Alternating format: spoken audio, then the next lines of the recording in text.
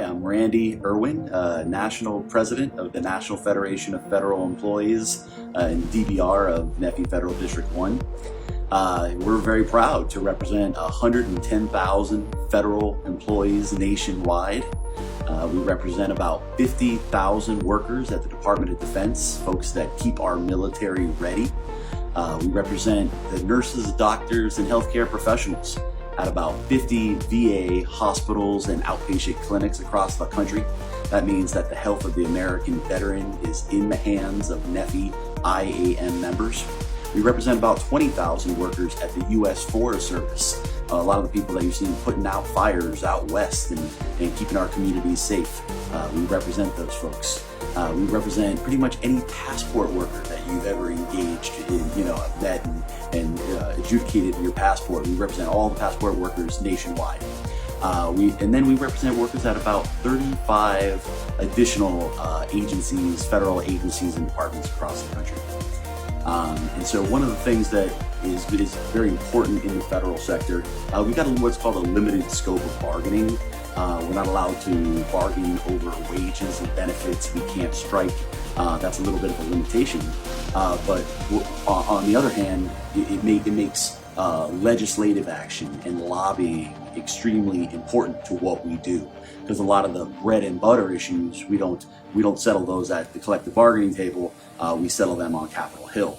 And so that's a big piece of what we do as a union, is that lobbying effort for federal workers. And we're very proud of the work we've done. NFFE's been around over 100 years. We were established in 1917. We've been affiliated with machinists for 23 years now, to be fighting machinists, and proud of our affiliation. And so but we've been, a lot of the reason it's a good job to be a federal employee, but we got federal employees a pension. We got federal employees, all the rights and privileges that federal employees have are things that we fought for. We fought for a pay scale. We fought for classification, things that are very important in the federal sector, the things that our union fought for and got.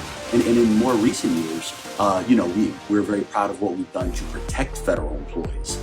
They have come after government workers' pensions in every corner of this country, but I'm very proud to say that federal workers still have a good pension in this country. But we're always fighting for more respect for federal workers, because they do great work and they're not given the respect that they deserve. As I said, we represent about 20,000 workers in the U.S. Forest Service, and about half of those are wildland firefighters, are getting a $20,000 per year pay increase, which is life-changing for wildland firefighters. So we fought hard for that. We're proud of it. Let's talk about the huge win we recently had regarding our wildland firefighter classification, which was huge, and our temporary pay raise that we got. That was very life-changing for a lot of folks in the wildland firefighter community. We've been suffering so much loss, whether it's retention, fatalities, brothers and sisters dying of cancer. I mean, there's so much that we've been dealing with that's just unbearable. These huge wins that we've gotten recently are just the beginning of many more. However, it's not going to happen without folks joining in, filling in these positions within their local, filling in these positions within NFFE and IAM, and being part of the fight, being part of the solution. With all my years in fire, almost 20 years in with the federal agency as a wildland firefighter, I've seen how we can make this progression, and that progression is going to be with NFFE and IAM. This wildland firefighter pay victory, it's a big thing, but the reason it happened is because we've seen membership increase among wildland firefighters.